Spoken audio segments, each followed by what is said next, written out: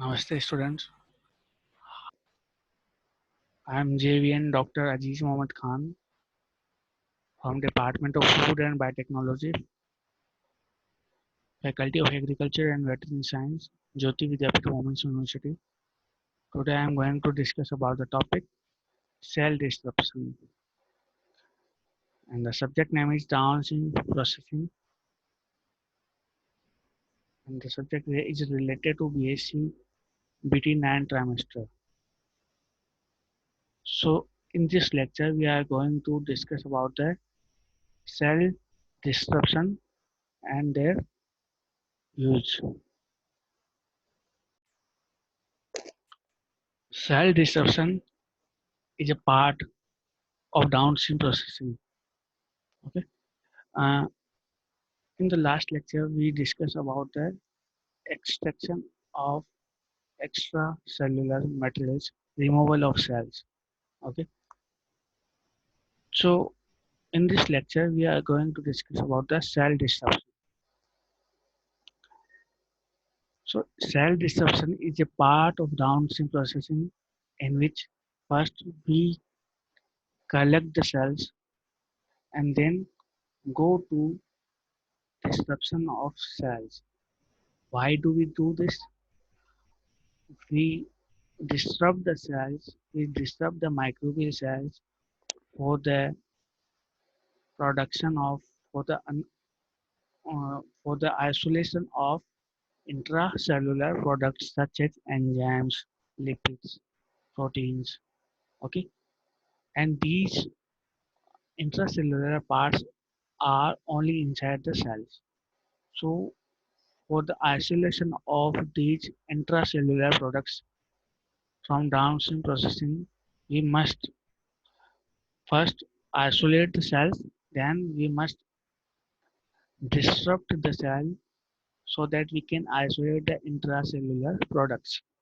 Okay, so the cell disruption is an essential part of biotechnology and the downstream processing related to manufacturing of biological products.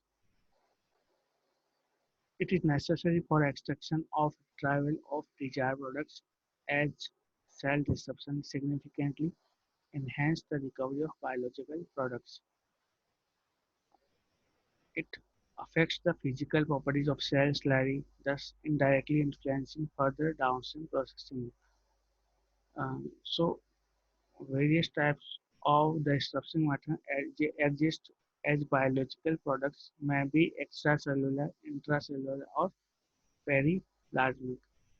So, we need to isolate the cell and then we go to the cell disruption for the isolation of intracellular products. So there are various methods for cell lysis.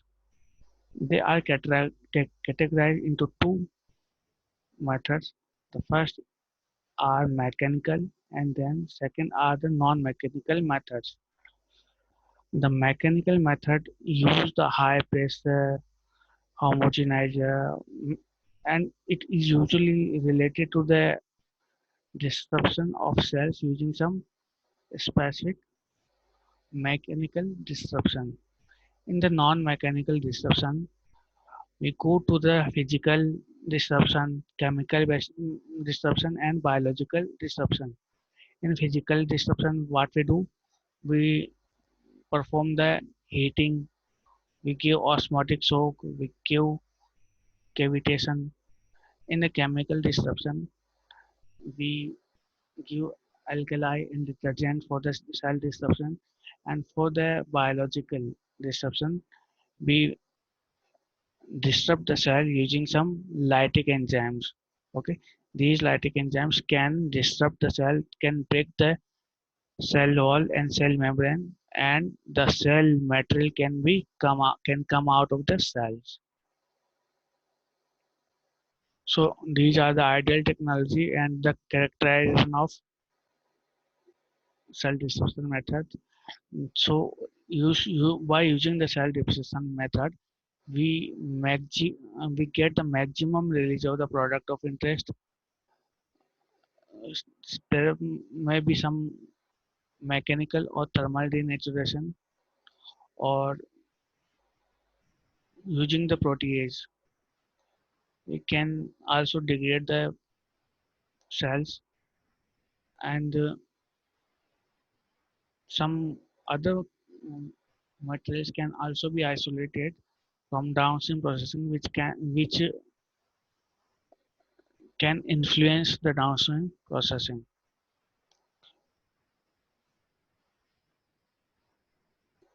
So for disruption, first we must analyze the susceptibility of the cell, product stability, so that we can choose which method we can use for the cell disruption. Okay, how to select a method for the cell disruption? For the selecting, we must go to these criteria for selecting of the cell disruption method.